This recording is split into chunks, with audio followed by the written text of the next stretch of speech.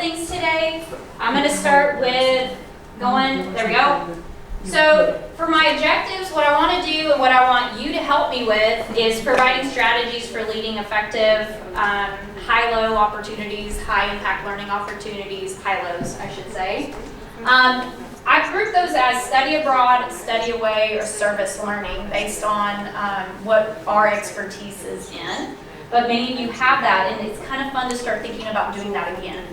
So let's put ourselves in that role. We're going to discuss some effective reflection strategies for when you're leading one of these efforts, and detailing some successful reflective characteristics. That's been a thread through several presentations I've heard at this conference, is the importance of good reflection and helping our students do that. So I want you to leave today with one specific model, and that is the DEAL model of critical reflection. So we'll talk more about what that looks like.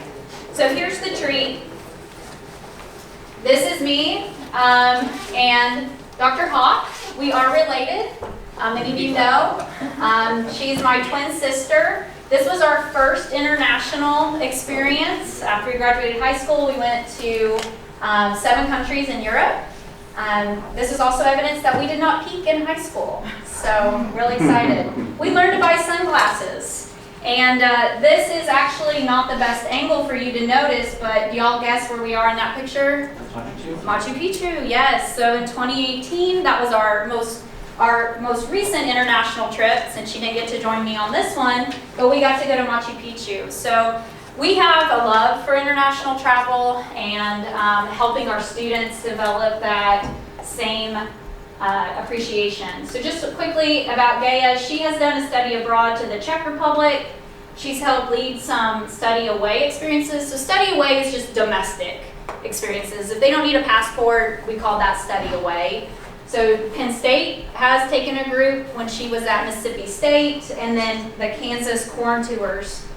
She does that every year with Kansas Corn. They help sponsor the ag teachers to go visit lots of different sites in Kansas. I've done a study away. I took a group of students here, along with my colleague at Montana State University. We went to Washington, D.C. for a week. We visited a lot of different agricultural organizations. That's international. It kind of is. Yeah, okay. Yeah. I mean, it can be, depending on the restaurants you choose. Yes, it's a great experience. And sometimes when they're talking, politicians are talking, you're like, I don't understand what you're saying. Yes, that's all great to me. And then service learning, I've taught this class called Communicating Agriculture to the Public, and then Convergence in Agricultural Media. And my service learning, you've probably heard that term. How many of you have heard service learning? Yeah. It's connecting what they're learning in the classroom with their actual experience, and reflection is that connector. That's what helps them connect that. So I've already mentioned that these are the high-lows that we're talking about: study abroad, study away, and service learning. So I'm going to just skip past this slide because I think we all share that vocabulary. So how many of you have led one of these opportunities? Okay, a few of you. All right. My next slide is why. Why did you organize this, provide this for students? These are the things that they tend to remember for the rest of their lives. To create memorable experiences, opportunities for students. Yes. Jess, you live this. Yeah. Well, with I co-live at study abroad to Namibia, and Dr. Rutherford asked me to. Can't remember now. But B, I think my life trajectory has been a lasting impact of my 2016 study abroad to Namibia, and absolutely encourage students along the way before I led it, and it was incredible to witness them go along the same path. Very good. Yeah. I mean, you've seen it from both perspectives. Yes. Dr. Lauber, you've done study abroad. Why? You talk about things in the classroom. It doesn't mean as much as when you actually experience. That's right. Yeah, we can organize all the virtual tours in the world, but man, stepping there, smelling it, seeing it, hearing it, all the senses are alive in that moment. Dr. Byers, why do you do it? Because it was part of a project that we proposed that we would do to USDA, so we had to. Yeah, you had to. But I bet you enjoyed doing it. Oh man, do that. Yes. So, and others in the room may have similar experiences as to that. So as I talk through what I want us to do, we're going to divide this presentation up, and my goal is to get you out at the originally published time because we deserve that break before dinner. But we're going to talk about before you do one of these activities. So again, it could be study abroad, it could be study away, some sort of service learning project, what you do during, and then what happens after. So just kind of to facilitate this discussion, please, I hope that you'll ask questions. Has anyone seen this before? Yep. Actually, Jess, in your presentation, I think you all shared Kolb's model of experiential learning. It's an excellent framework. You go from that concrete experience to, reflecting on that. Reflection is in this model. Conceptualizing that, and then experimenting. And there's so many other factors in that. But let me tell you, I do learn something from my sister every now and then. I, as an agricultural communication scholar, had not seen this, the educator roles. Have any of you seen this before? Yep. Well, nope, yep. I see a mixture of head shakes. So this was interesting to me, and she said, I was like, tell me more about this. And she said, well, this is what you should be doing in your role. I'm like, this looks exhausting. But that's what it takes, right? To organize this sort of high impact learning opportunity for our students, we as instructors, as leaders of that, have to be ready to help students through, all of those aspects of experiential learning by playing these roles. So that may be a coach, and I would also say that depending on your group, you may be at different points on this depending on the student, right? And the time of day, as my 13-year-old reminds me sometimes, which am I today? So the coach is, working one-on-one, using feedback, really encouraging, supportive.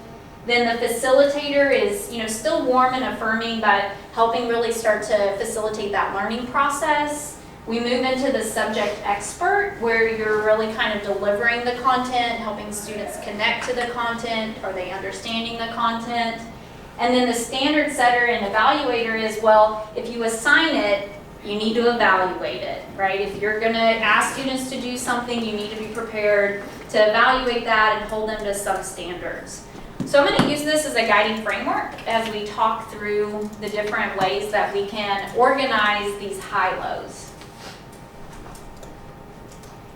So I'm just curious, some of you have led these, others, have you been on these? You've traveled, you're here. Let's just talk about, for a few minutes, what are some of the pre-departure activities? The things you're like, we absolutely need to make sure that we're helping our students do. I think like the logistical things, learning about the country, visa, like shots. I know from when study abroad, I've always had to do that. And it's like a Canvas module. You have to take the test and make sure you've got all the steps. Yes, so logistical things, health-related things, paperwork, process. Yeah, great example. A couple years ago, I went on a trip to Malaysia, and I know a big part of it was doing sort of that prep for like cultural norms and expectations. And so, like, for example, the female members of our trip had to go through a pretty extensive amount of training to understand like what to wear, given a Muslim country. So I think that's another thing, right? Is cultural norms. Exactly, Dr. Lover. I'm thinking about Dr. Burris and Dr. Kennedy's trip to the Grand Canyon a couple of weeks ago, and they did a lot of pre-departure activities to make sure that the students were ready for the physical demands of that particular trip. Yes, and I have some pictures of that trip in this, so I'm glad you brought that up. But yeah, like the physical demands of like if you're going to be moving around a lot, or I would imagine the diet, like what to consider. Yeah, what else? On that, the opposite side I was going to say is the emotional demands, both in the study abroad and the fellowship program. A lot of times it's someone's first time leaving the country, traveling without their parents, and just things will happen, emotions will happen, but prepping and having those conversations. Yeah. Yes, sir. Benchmarking through preflection. Yeah, In other pre-flexion. words, trying to figure out what the known elevation point is before we start, or where they are, Yes. so that when we reflect, so that when we get a turning point, there's benchmarks and known elevation, the turning point gives us a new reference point of a new elevation. Yeah. We can't find the new elevation until we know We know where we are. Exactly, great point.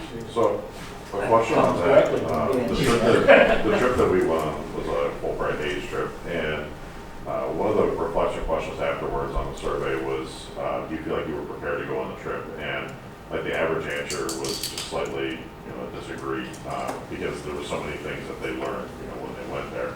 And so I wonder, like, with the pre-departure activities, is there sort of a norm, a threshold, knowing that, like, you could go through a years-long, 6 credit each semester course and still not be ready for that, that activity? So, like, what's the acceptable level of that baseline leaving?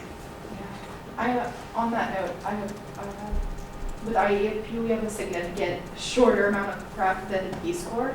We have a couple of former Peace Corps volunteers on the team, and they've expressed that obviously that was more preparation, but still didn't feel prepared once they were in the field, and so will you ever actually feel prepared? It's also a question. Right. I mean, I think a lot of that is, developing a sense of adaptability and flexibility, and just being, one thing that I had to do going to Athens by myself was push through the awkwardness, like push through the discomfort to get to a point where I'm comfortable walking around and navigating on my own. Yeah, you're great point. Like, I don't know if you'll ever be ready. Yeah, at some point you just got to be shoved into the deep end. Yeah.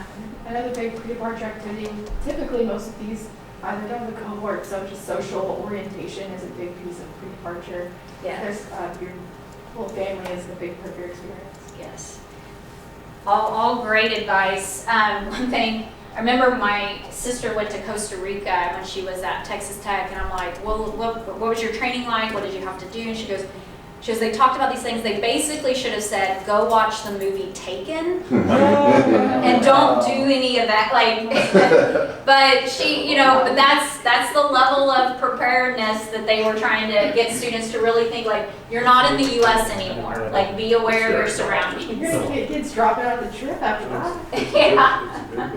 So some things, and these are things that we've already mentioned, or maybe some additional ideas, is the pre-flexion, like helping think through goal setting. Like, what are some of those, helping students do a professional growth plan or a personal growth plan. I'm not as young as some in the room and not as old as others, but I still grew on this trip. Like, there's always room for that growth. So as a coach, I would help students think through that. As a facilitator, why this trip? Like, why do you want to go on this trip? What is it that, why does this interest you? We're going to see reflection sprinkled throughout this, and then we're going to come back and hit reflection hard. It might be provocative readings or group work to start them thinking about things and, starting to develop that expertise. My sister has them do a tour guide, and they have to select, for the Czech Republic trip, they had to select a focus area, and then they would work with her to figure out what that was, and then as the subject expert, they would develop that focus, and they would do presentations about the region that they were visiting, selected readings about the region.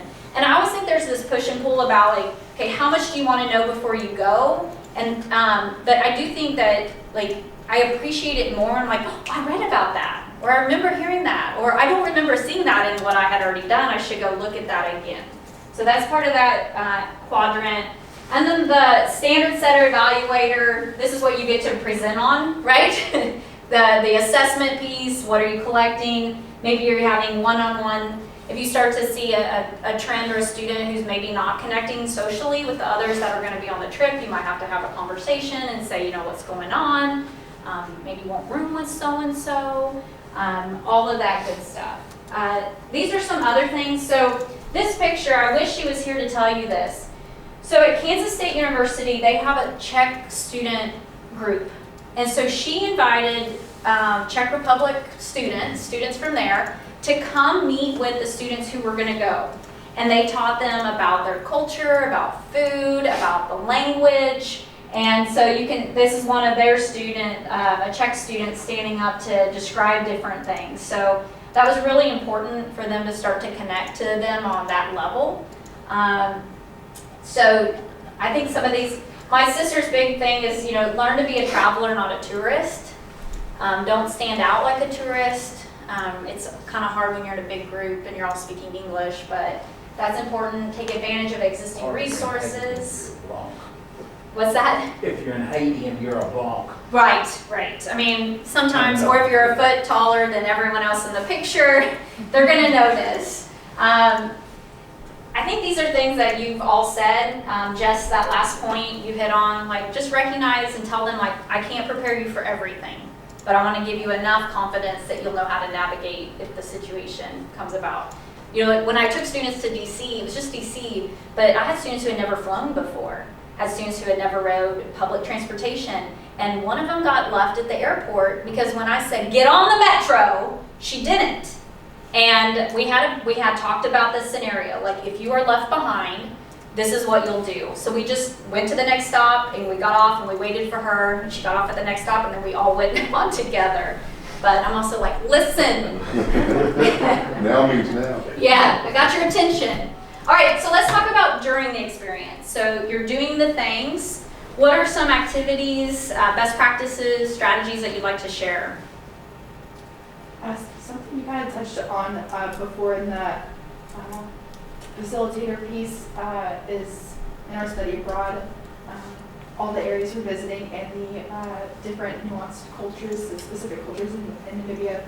Students are assigned each one of them and they research them heavily, and then the day before we go to meet or go to that location, they present that information to their fellow students, and so they're an expert in that. They can answer questions. You probably heard Dr. Elliott calling on them to answer a question or asking them a random question about the height of the plateau, but then they feel confident and the other students have that context. It's really hard to just demand everyone research every single thing. It's a lot to remember. And we also had them provide small reports that went in a handbook so that students could reference that themselves physically on the trip. That's great. And so during the trip, they get to report on that like right before you see it. I love that. Garrett? So the study abroad that I went on, it was a shorter experience, but there was like reflection, I think, every night, which wasn't, thinking back now, like it was like, oh, I need to get this done. But the coolest reflections were like when we were in the bus, like you were forced to be there and there wasn't anything to do. So like it was a great opportunity to discuss what we'd just done or what we were about to do, and like, especially if we had something around the local culture, like what was going on. So That's a great point. Anything else? Right, Carson. Well, so I suppose I can share experience, but I also have a question to the group and to you about it. So like in Malaysia, we had to do the tips, and so we always got a piece of paper and we had to split it up into 4. And then write down, it was like an active reflection tool. And they were collecting all that for research, but the idea was that we were doing it as well, to like reflect on our experiences. A lot of things stuck because of it. And I liked it well enough because it was pretty quick, like I could get through it in 5-6 minutes at the end of the day. Even if we were dog tired, still could do the tips real quick and turn it in. But a lot of the people in our group started to resent that, like they got burnt out on it. And it was like, okay, I just want to enjoy my day. I don't want to have to like do something academic at the end of every day. But the idea was, well, if you don't, like, those days are going to go by. And so I kind of wonder, like, you want to keep consistency, but also not have them burn out and have a variety there. So I kind of wonder what, some people in the group have seen in terms of having the variety. Yeah, the one thing that Gaea would do, they would do families at dinner. So you had a family for the day, and that was the group of students that you sat with at dinner or the instructor, and then every day it changed so that you were reflecting with a different group at dinner. She also on there, they did private journals so that they could reflect privately and give that to the instructor if there's something that they needed them to consider.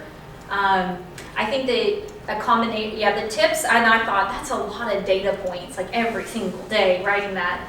And so, maybe it's a balance between, 3 times a week we're going to do that, and then 4 times we're going to have a conversation. So I think also just finding those bus moments, those down moments, just to talk and reflect and process is important to plan in, but also being flexible enough to say, you know what, we'll table this and we'll do it tomorrow. Yeah. An important piece about some of these experiences that Micah can speak to this as well is like the intense need and want for reflection in experiences like this. and that it's a little atypical to our everyday life to like need to reflect. And so to have spaces for, just like we have different learning needs, different reflection needs, and so is that journaling? Do you hate journaling? Is it talking about other people, but you hate that? So, and people do. So having opportunities, but like everyday things being routine seem to not work as well. So like maybe 3 discussions through a 2-week period, and then opportunities for written reflection and stuff like that. We're going to come back to this more. No, I'm glad y'all are hitting on this. Reflection is so important. It's going to come up. Like I couldn't say, well, no reflection discussion. No, we'll come back and we'll talk about other creative ways to encourage people to reflect. So I'm gonna push on. So in the experience, some things a coach might do is a reflection sheet. Like, did you meet your goals? What are your goals for tomorrow? And maybe this doesn't happen every day. Maybe it's just a day that you're like, hey, can we touch base on this? So I took a student to Australia for 2 weeks and we did research, but we did this every day. We said, have we got what we needed? What other questions should we be asking? Like, that way we could make adjustments on the fly. We shared a room, so we had plenty of time to, there were moments I needed to quietly journal and she just wanted to talk, but we figured it out. Building in intentional time, but don't overfill the experience. This is my sister's daily check-ins. They shared private notebooks with the trip leaders. I'm going to bring these up. In terms of that subject expert, you might have small readings. I think Jess's point about having that subject area expert giving the presentation at certain points during the trip, like they know that's coming up, they know that's an expectation, is a great thing to do. And then continued assessments and private digital. So here she is on is it St. Charles Bridge? We've made a promise that she'll take me to the Czech Republic and I'll take her to Scotland someday, places we both haven't been together.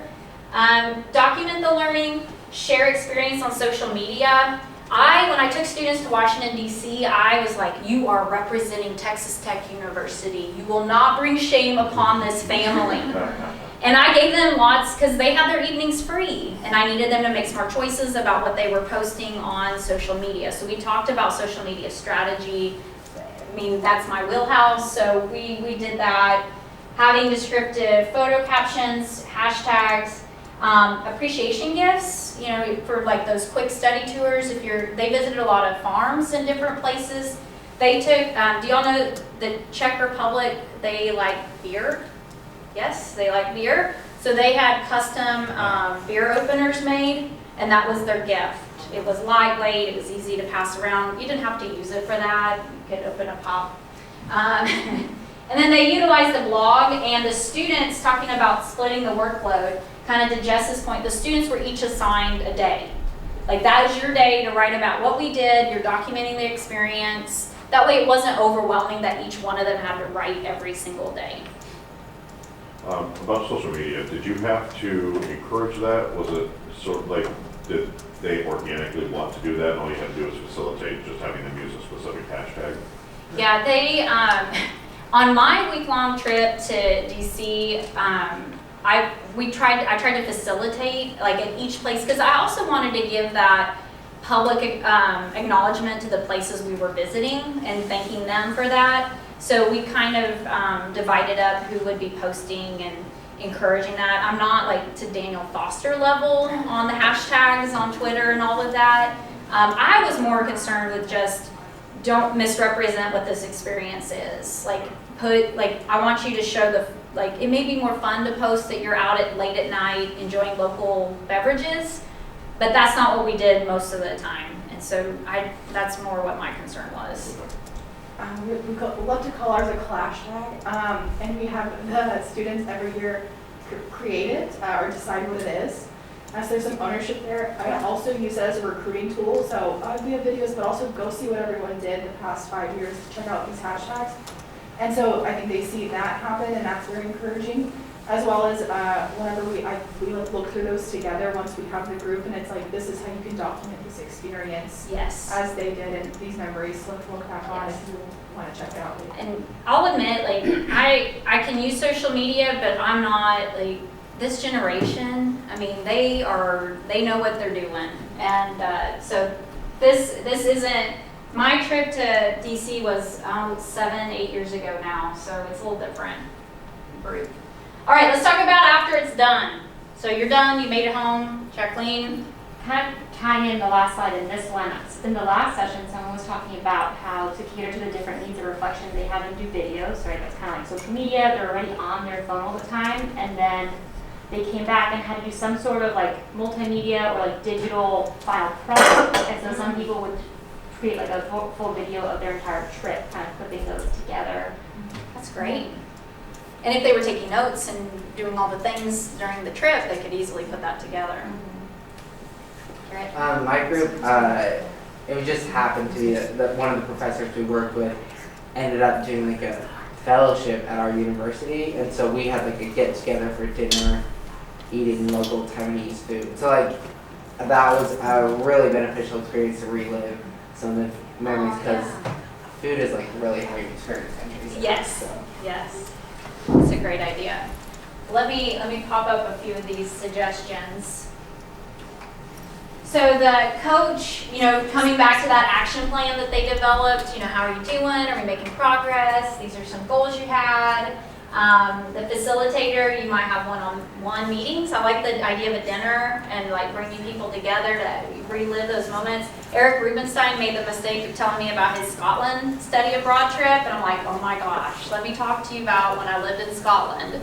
And he's like, you gotta go away. Like, that's enough. The subject, he didn't really, but you know what I mean. The subject, maybe you're gonna have them complete a conclusion paper, or maybe it's I love that multimedia piece. So in that area, you would support their thinking with a round of edits, giving them some feedback, and then this over here is where you grade it. Like, did they do what they were supposed to do? Did they include all the information? Some other things, my sister, you should reflect as the instructor on how it went. Don't forget, you're not out of the reflection process. So what worked well, what didn't. I know my sister was planning to take students again to the Czech Republic this spring and had to cancel that trip. Months ago they decided it wasn't worth it. And she already has notes about which places they would go and which ones they would skip and why. Send thank you notes to key supporters, again, as the instructor. For DC, what we did is we had people who were assigned to an organization, just like to a region, and they wrote the thank you note and made sure it got in the mail. Like, that was their responsibility, so it wasn't all on me. And then collecting, of course, all of that data. Let me check my clock. Yeah. Is there anything else that you're like, hey, no one's mentioned this, but it was really helpful, that we should keep in mind on leading any sort of these types of experiences? It's a smaller kind of activity, but everyone seems to really love it. And on that kind of cohort piece and building those relationships with people, I'm borrowing this, always borrow it from Dr. Rutherford. She plays hot seat, and someone's the hot seat, and we had long bus days, and so everyone on the bus has to ask that person a question. And so you have to be, there's space to be engaged. If you want to kind of sit down, put your headphones in after you answer questions, I guess you can, but everyone gets unique questions and gets to learn about each other. Oh, that's fun. And then do one at dinner if you didn't make it all on the bus and stuff Yeah. like that. And I've done that with the fellows at the very beginning, and it was definitely a good way to get everyone getting to know each other. And after 20 questions, you get to some in-depth or really weird questions. That's a great way for them to get to know each other. Yes, I love that. Let me pop up a few things that she wanted to share. Have at least 2 faculty members go on these study abroad or study away. So just for liability purposes, it's important. Now probably more than ever to have someone who can help if there's a contingency. Utilize student-to-student recruitment. Word of mouth is very powerful. Hire a company to handle the hotels. I'll tell you what, I'll probably never do a study away again because I had to do all of that on my own, because they'll help do a lot for study abroad, at least at Texas Tech, but they would not help me with any of that. So I decided it wasn't worth it. I'd rather take students to Greece. And then she recommended that travel book. Okay, I want to get to reflection with the time that we have remaining, because we've heard it, right? We know it's important. So what I hope to do in this, my remaining time, is introduce like what makes reflection good and what can you do to help encourage students to do more, to do better. Because it's just that, I don't know, I don't write in a diary. Like I don't sit home at I hate night. it, but I try so hard and I still hate it. Well, good for you, but like it's not something that we're used to doing every day. And so it's a bit of building that skill. She wanted me to remind you that John Dewey says we do not learn from experience, we learn from reflecting on experience. So we can use that if students complain, because they say, no, you're not learning until you're reflecting on it. Otherwise, it's just activity. Right, otherwise it's just activity, yeah. So we know that reflection is intentional consideration of an experience in light of particular learning. So I'm curious, let's do the dreaded task. I'm going to give you just a quiet minute. What is one thing you've learned during this conference that's going to help you in your career or education? So 1 minute, that's all, quietly. You can think it in your head if you don't have a pen and paper in front of you.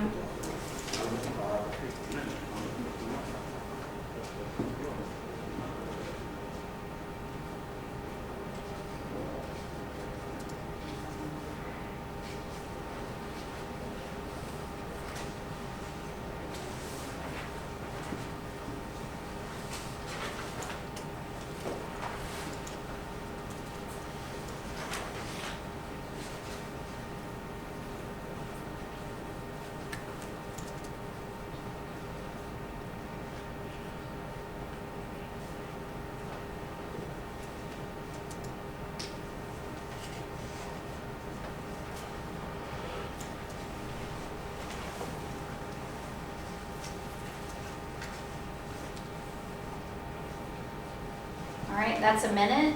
It always goes by really fast unless you're holding a plank. So what are some things, if y'all don't mind sharing, like just have a couple volunteers, something that you've gained from this conference? Yes, ma'am.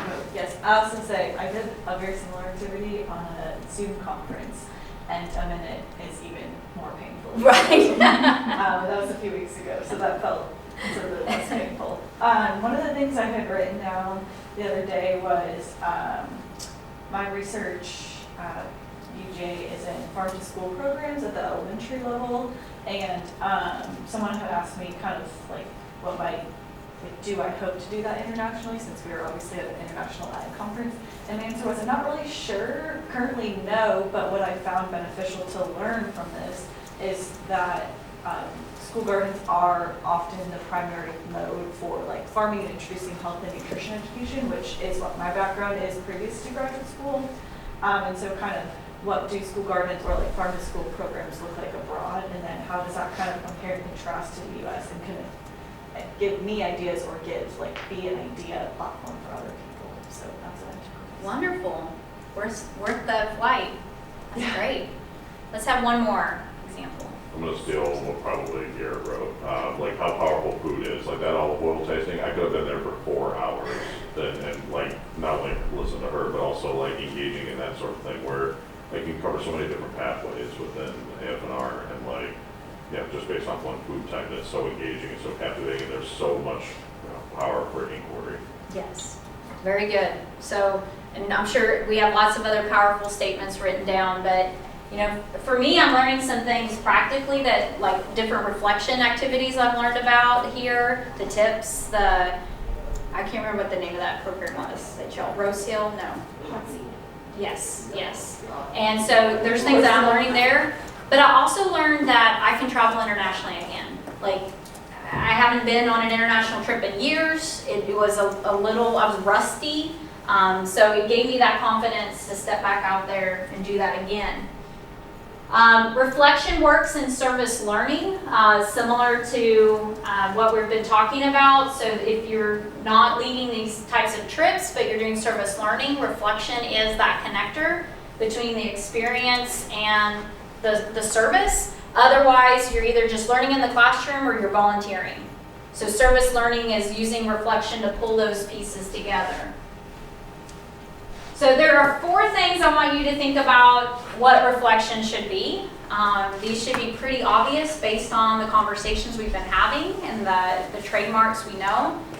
The first is that good reflection is continuous, and we highlighted that. There are things you can do before, during, and after any sort of high-impact learning opportunity. So when I'm teaching my service learning class, we talk about what do you need from your client? What would make that a good community partner? What are the things that you would want from them? During it, we talk about challenges, what's going well, what could you do differently? And then after, we reflect on, well, how did it go? Well, if you could go back and start over, what would you change? So good reflection is continuous, and there's lots of ways that we can approach that. Good reflection should be challenging. It should, push us a little bit to go, oh, I don't really want to think about it. I'm tired. It's been a long day. But it should be challenging. It should, especially I think for some of these international experiences where students are exposed to a completely different culture, it should be something that really challenges their norms. And I love international trips because it holds up a mirror to our own our own culture, to our own practices. And sometimes we didn't know that until we see it. So good reflection should be challenging. Your students won't appreciate it in the moment. It should be connected. Obviously, you should be asking them questions that are relevant to what they're learning. Hopefully you've spent a little bit of time planning out at what point you might ask them to reflect and what kinds of questions you would have for them. So you're helping them connect to the experience. And finally, good reflection should be contextualized. So it should be connected to and put in place of what you're asking them to do in the moment. So in my service learning, we really focus on client relationships and how that will impact their future careers. If I was leading an international experience, it would be more about the food culture and how does the region influence what food is available and how do you think that da-da-da-da-da. So it's contextualized. That yellow doesn't show up very well.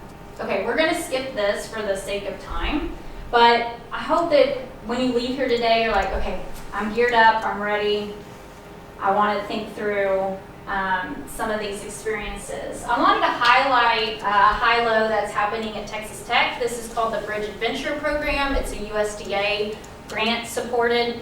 Texas Tech is a Hispanic serving institution. That's not his misspelled. It's Hispanic serving institution. So this, that is a typo in experiences though. Yeah, y'all, I just put it there to make sure you noticed it, okay? Want to make sure you're here.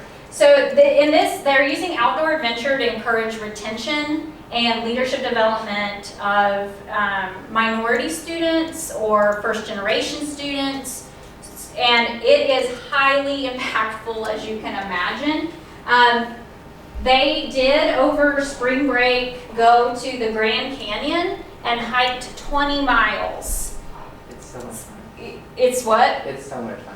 Yeah, fun is not the F word I would have used for it. It seemed awful. But the people who did it, oh my gosh, look how happy they are. They went down, they hiked 8 miles down, camped down there for 2 nights, and then hiked 12 miles up. Whew. And you'll have to talk to Garrett more. He's done it, apparently. Yes. I did not go. I'm the evaluator on the project, so I just posed what reflection questions should they ask.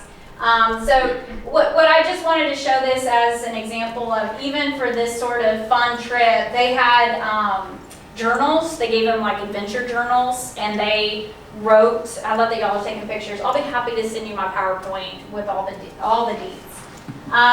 But they didn't journal every night. Some nights they sat around the campfire. Sometimes when they were walking on the path. And Dr. Lover and I have a lot more insight into this trip. And let's just say that a lot of people learned a lot on this adventure. And I'm going to leave it at that. But the people who did it and accomplished it, man, they felt awesome. So I just show this as one example of how reflection can be integrated. Okay.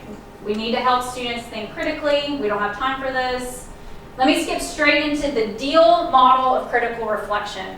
You know, when I ask students to describe critical thinking, their response is different than when I ask you. Like if I asked you, we had time, you'd be like, oh, it's deep thoughts, it's evaluating the situation. You know what my students say critical thinking is? Hard. They don't want to do it.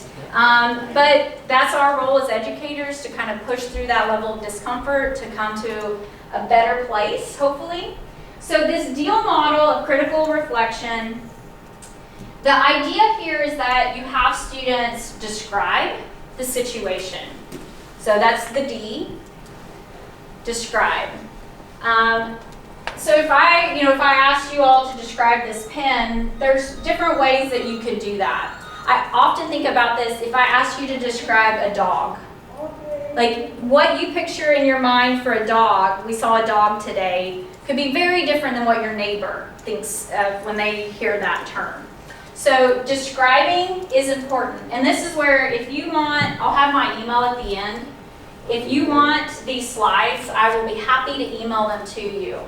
But in the described stage of critical reflection, you have students describe the situation in detail. Where are my AgCom friends?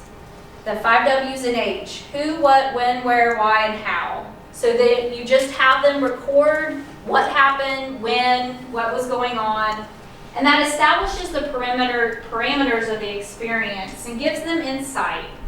So these are potential questions that they might reflect. You know, what happened? When did it take place? This is helpful when students have a really maybe uncomfortable or challenging experience to help process that in their reflection, however you're asking them to reflect. What did we do? What happened? What should have been done? What wasn't done? So that's describe. The next, so that's D. I know I'm going kind of quickly, but any questions or comments? Yes, ma'am. Oh, I have a quick comment. I used a similar model of reflection for a different research study that I actually mentioned in the study abroad, or maybe after the study abroad presentation earlier. But I always think, like personally, I really like those who, what, when, where, why, because I feel like I love, not maybe in the moment, but the growth that I can reflect on and appreciate later. But sometimes I don't always want to sit in the moment and reflect on how I got to that point. And so I always like those basic, like who, what, when, where, why, how, because I feel like they get my mind kind of like warmed up, and then all of a sudden it doesn't seem so painful. Oh, that's good. I like that.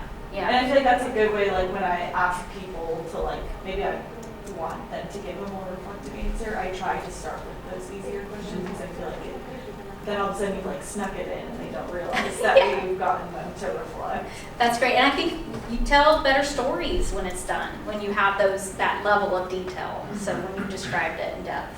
Thank you for adding that. The E is examine.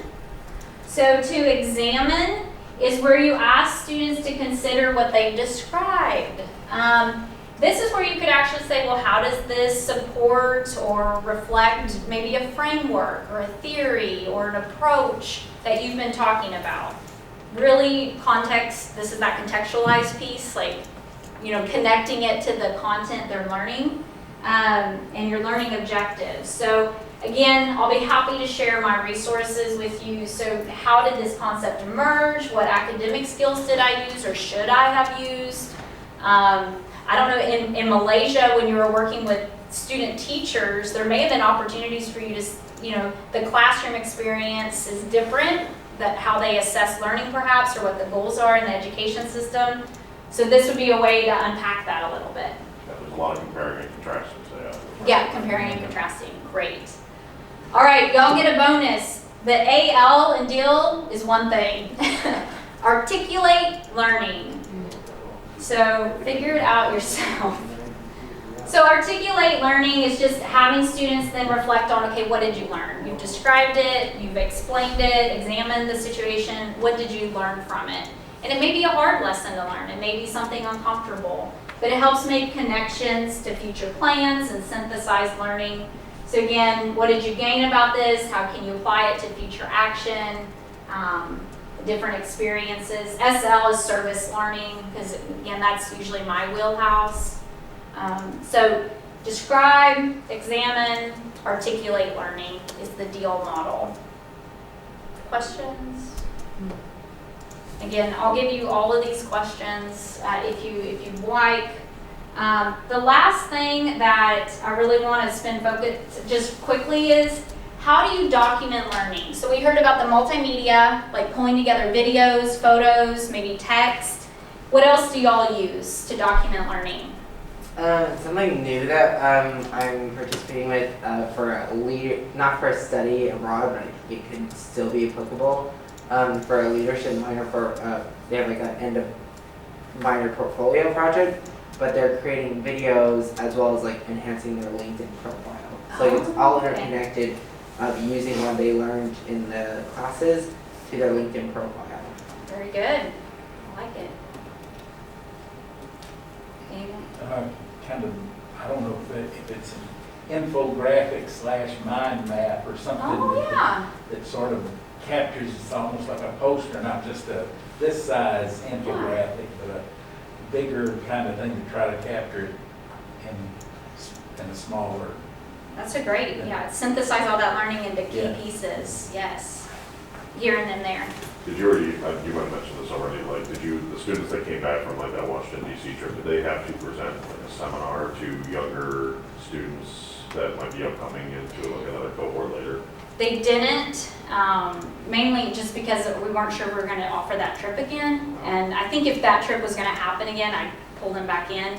No, they all had to write a reflection piece about how that influenced their careers. I'm a very writing-driven person. I think it helps process learning to write. And so that, but I think giving a presentation is a great example of way to document learning. One more. Yeah, I work on UGA's student farm and a couple of, so similarly, maybe not an experiential learning or study abroad experience, but I think it could very well be applied, is that a couple of things I've done there is kept like a plant journal, like a growth journal throughout as we keep track of crops, and then also, which we were supposed to put like pictures into, and then also another thing we did was a blog, and I also have a personal blog that I keep, so I think it'd be really interesting to have. Well, and we also learned about photo voice in that session earlier, so I think maybe like a photo voice blog, like meshing all those ideas would be a really good way to like almost a portfolio, just whether you publish it or not. Well, and we talked about the importance of variety. Maybe you give students a list of options and you say, pick 3 of these things.